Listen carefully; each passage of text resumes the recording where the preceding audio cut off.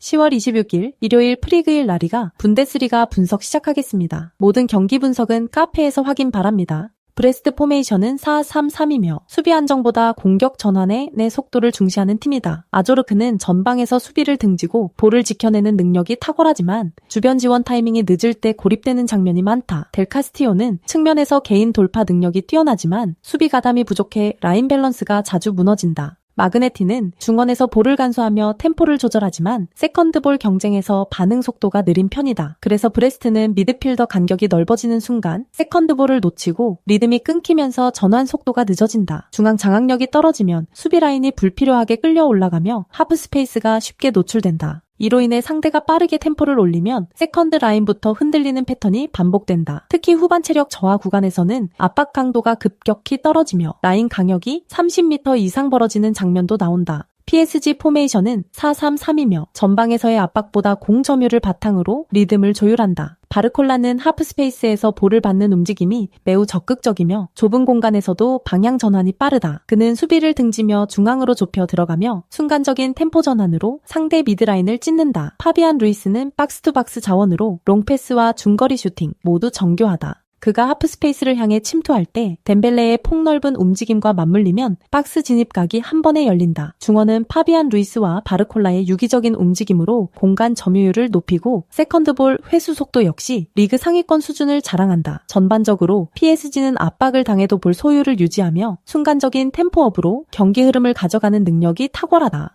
브레스트는 중원 강역 유지가 불안하고 전환 템포에서 리그 상위권 팀들을 상대로 밀리는 모습이 잦다. 반면 PSG는 바르콜라와 파비안 루이스의 전진성 있는 플레이를 통해 공간을 유연하게 공략할 수 있다. 결국 경기 전체 리듬을 통제할 수 있는 PSG가 점유율, 결정력, 전환 속도에서 모두 우위를 점하며 승리로 이어갈 가능성이 높다.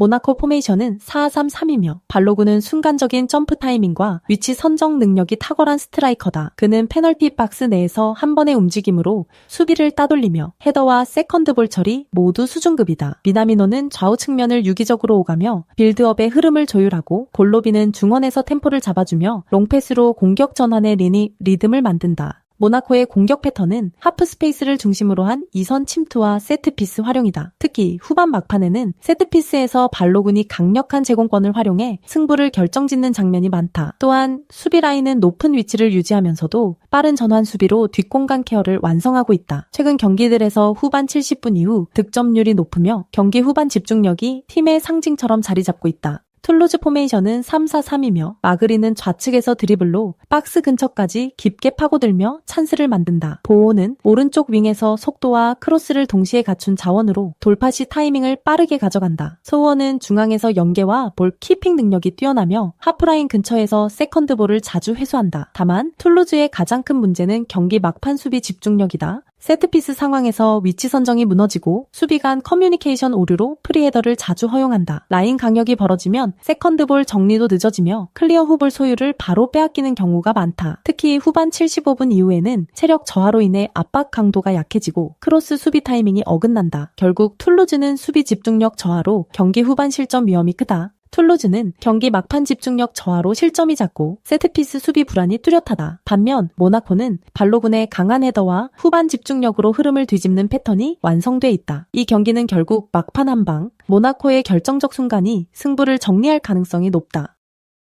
랑스 포메이션은 3-4-3이며 토뱅과 사이드가 전방에서 빠른 전환의 축을 담당한다. 토뱅은 직선적인 돌파력과 날카로운 슈팅 감각을 동시에 갖추고 있으며 하프라인 근처에서 볼을 잡는 즉시 수비 뒷공간을 향해 속도를 올린다. 사이드는 공을 오래 끌지 않고 원터치로 연결하며 역습 시 전방, 압박을 즉시 풀어내는 전개가 특징이다. 실라는 중앙에서 중개자 역할을 맡아 빠른 패스 전환과 템포 유지로 공격 텀을 최소화한다. 특히 랑스의 강점은 3-4-3의 넓은 폭을 활용한 측면, 전개다 윙백이 전진하면서 상대의 라인을 끌어내고 그 순간 토벤과 사이드가 하프 스페이스로 침투하며 순식간에 수비 라인을 붕괴시킨다. 이 구조가 반복되면 마르세유의 수비 블록은 대응 타이밍을 잃게 된다. 마르세유 포메이션은 4-2-3-1이며 오바메양이 전방에서 움직임을 가져가지만 이선의 커버가 느려 세컨드 라인 강력이 자주 벌어진다. 그린우드는 볼 운반 능력은 뛰어나지만 공격 전환 후 수비 복귀가 늦어 역습 차 타이밍이 자주 밀린다. 호이비에르는 중원에서 패스 조율은 가능하나 수비적인 위치 선정이 다소 늦어 뒷공간이 쉽게 열리는 경향이 있다. 이로 인해 마르세유는 전방에서 압박을 시도하더라도 번째 라인이 따라붙지 못해 역습에 노출된다. 특히 상대가 하프라인에서 전진할 때 수비 간격이 벌어지며 박스 근처에서 커버 미스가 빈번히 발생한다. 이 약점은 랑스의 빠른 전환 공격과 정면으로 맞물리는 위험 요소다. 랑스는 전환 속도와 침투 타이밍이 완벽히 맞물리며 마르세유의 느린 세컨드 라인 대응을 완벽히 공략할 가능성이 높다. 반면 마르세유는 후방 밸런스가 무너지는 순간 박스 안혼전에서 실점으로 이어질 여지가 크다. 결국 이 경기는 랑스의 속도전이 경기 흐름을 지배할 것이다.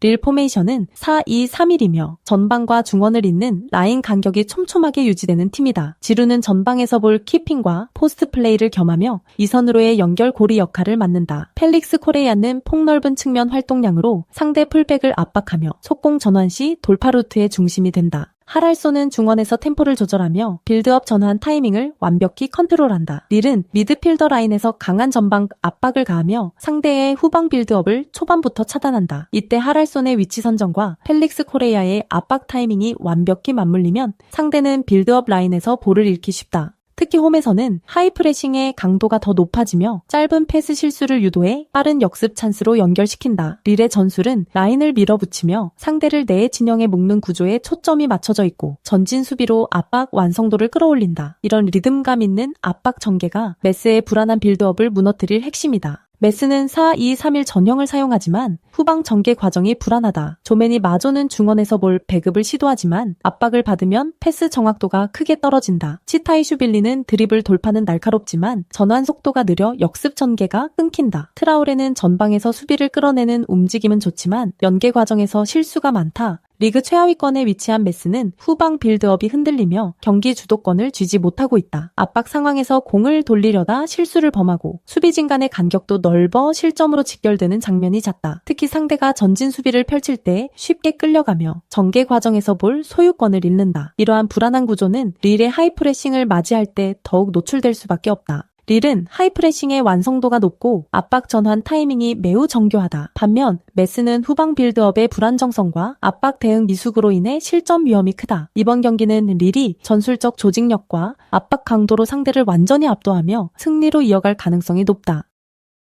빌바오 포메이션은 4-2-3-1이며 빌바오는 전방, 압박과 세컨드볼, 회수에 특화된 팀이다. 보르카 구르제타는 중앙에서 수비 라인을 등지고 볼을 받아내는 능력이 탁월하며 주변 자원과의 연계 플레이에 강점이 있다. 이냐키 윌리엄스는 측면에서의 폭발적인 스프린트와 컷인 움직임으로 상대 수비를 뒤흔들며 박스 근처에서의 결정력도 높다. 알렉스 베렌게르는 하프 스페이스를 활용한 전진 드리블로 수비 간격을 벌려내며 이선 침투 루트를 자주 만들어낸다. 빌바오는 전반에는 높은 압박으로 주도권을 잡고 후반에는 교체 자원을 통한 리듬 전환으로 경기 흐름을 유지하는 팀이다. 특히 마로안 산나디가 후반 교체로 투입되면 빠른 타이밍의 침투와 예리한 슈팅으로 상대 수비를 무너뜨릴 수 있다. 수비 전환도 조직적으로 이루어지며 중원에서의 압박 타이밍이 정확해 역습 차단이 빠르다. 홈에서는 공격 템포가 한층 빨라지고 상대의 체력 저하를 활용해 후반 승부로 이어가는 운영 능력이 강점이다. 헤타페 포메이션은 5-3-2이며 헤타페는 수비 라인을 깊게 내리고 역습 찬스를 노리는 팀이다. 우체는 피지컬이 강하지만 전방에서의 활동폭이 좁고 세컨드볼 경합 시 집중력이 떨어진다. 아드리안 리소는 순간적인 전진 패스 감각은 좋지만 압박을 받으면 패스 정확도가 급격히 낮아진다. 아람바리는 중원에서 수비적인 역할을 담당하지만 경기 후반 체력 저하가 빠르게 찾아와 커버링 타이밍이 늦어진다. 결국 후반으로 갈수록 세컨드볼 처리와 압박 유지가 어렵고 수비 간격이 벌어지며 실점 확률이 높아진다. 측면 윙백의 수비 복귀가 느려 하프 스페이스가 열리는 구간이 자주 생긴다. 공격 전개 시에도 라인을 올리지 못해 전방 고립이 자주 발생하며 패스 루트가 단절되는 문제가 있다. 이번 경기에서도 후반 체력 저하가 이어진다면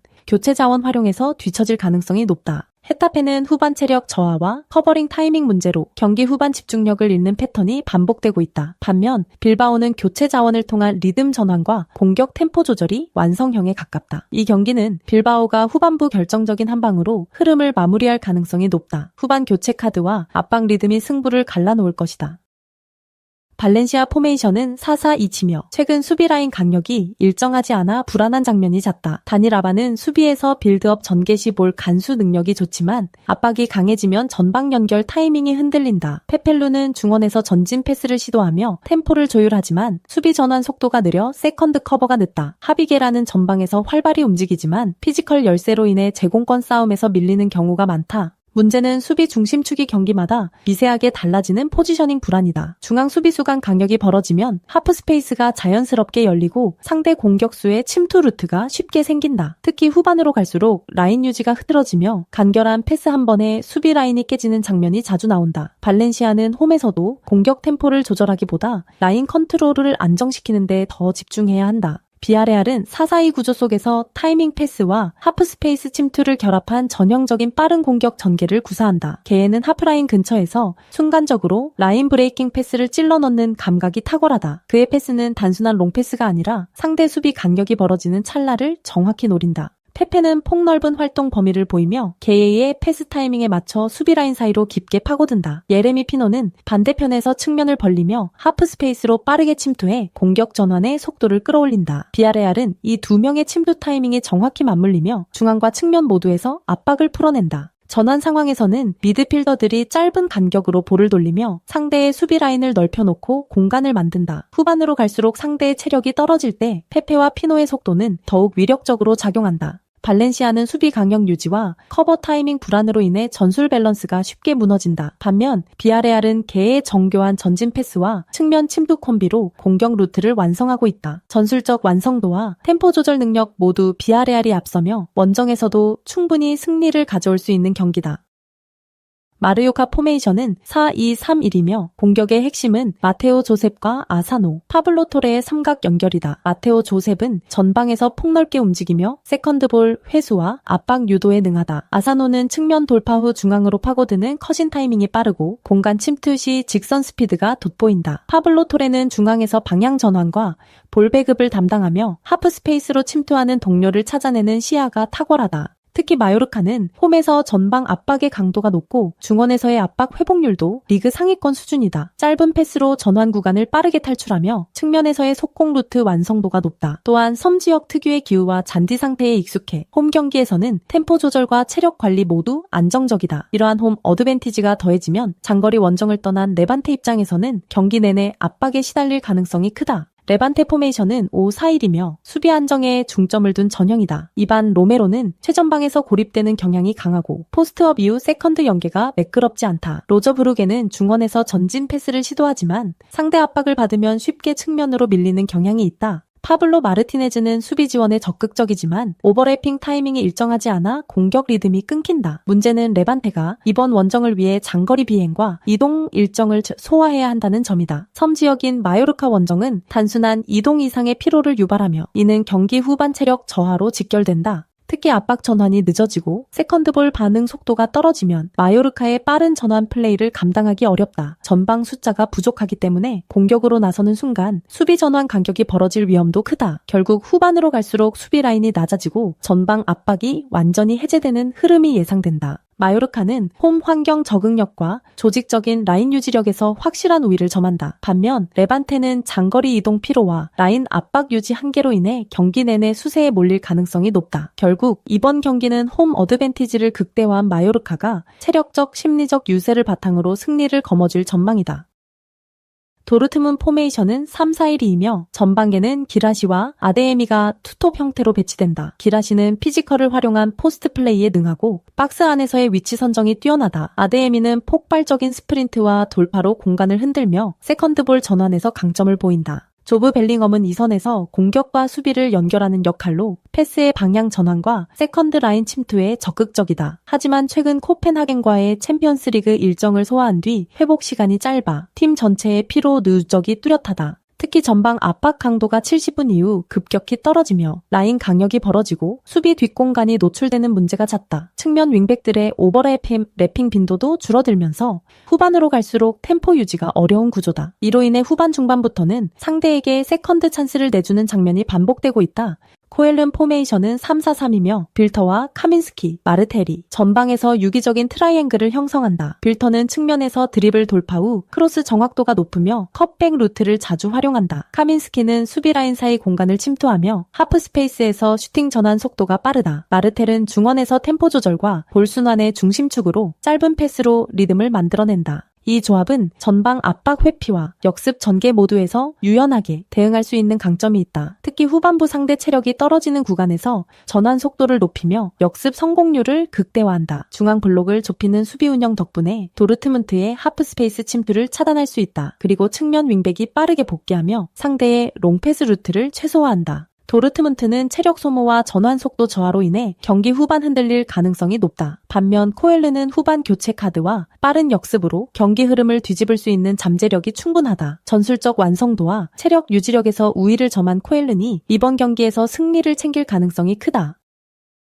레버쿠젠 포메이션은 3-4-3이며 전방의 시크는 확실한 피니셔 역할로 박스 안에서의 존재감이 강하다. 그는 포스트 플레이뿐 아니라 세컨드 볼에도 빠르게 반응하며 팀의 공격 루프를 완성하는 결정적 자원이다. 측면의 텔라는 드리블 전개 후 컷백 타이밍이 날카롭고 중앙으로 침투하며 수비 간격을 무너뜨리는 움직임이 인상적이다. 중앙 미드필더 안드리히는 전진 성향이 강한 볼 배급형 자원으로 일선 압박 후 빠른 중거리 연결까지 가능한 밸런스형 미드필더다. 그리고 레버쿠젠은 코너킥이나 세트피스 상황에서 피지컬이 뛰어난 센터백들이 적극적으로 가담하며 타점 높은 볼을 박스 중앙에 투입한 뒤 세컨드 볼을 노리는 집중 패턴으로 상대의 커버 라인을 무너뜨린다. 특히 이 구조는 상대의 수비 간격이 벌어질수록 효율이 극대화되며 한 번의 세컨드볼 처리로 골 결정력을 완성하는 무기다. 또한 300라인은 빌드 없이 폭넓게 벌리며 양 윙백이 동시에 올라서 상대 측면을 압박해 전방 점유율을 장악한다. 전환 속도와 세컨드볼 반응이 유기적으로 맞물리는 팀 특성상 이번 경기에서도 주도권을 쥘 가능성이 높다. 프라이부르크 포메이션은 4-2-3-1이며 최전방 휠러는 침투 타이밍이 빠르고 활동 방향이 넓지만 피지컬 경합에서는 다소 약한 편이다. 그리퍼는 세트피스 킥 정확도가 높지만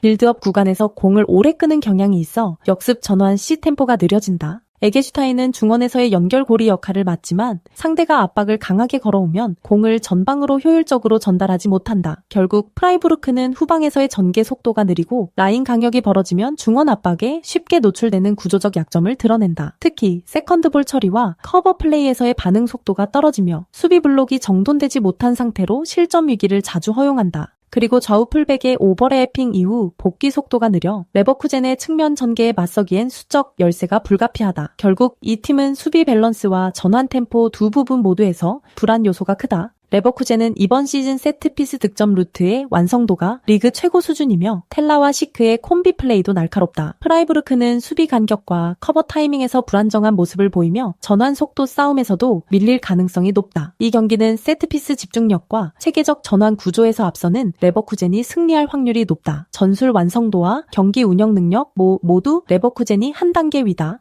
저희 소통방에서는 조합픽 및 경기 정보를 365일 무료로 운영 중입니다. 댓글 확인하시고 소통방은 텔레그램으로 운영됩니다. 구독, 좋아요, 추천하기 누르시면 적중에 큰 도움이 됩니다. 구독 누르시고 보다 빠르게 분석글 받아보시기 바랍니다. 항상 적중을 기원합니다. 가정의 앞날에 행복이 가득하시길 바랍니다. 감사합니다.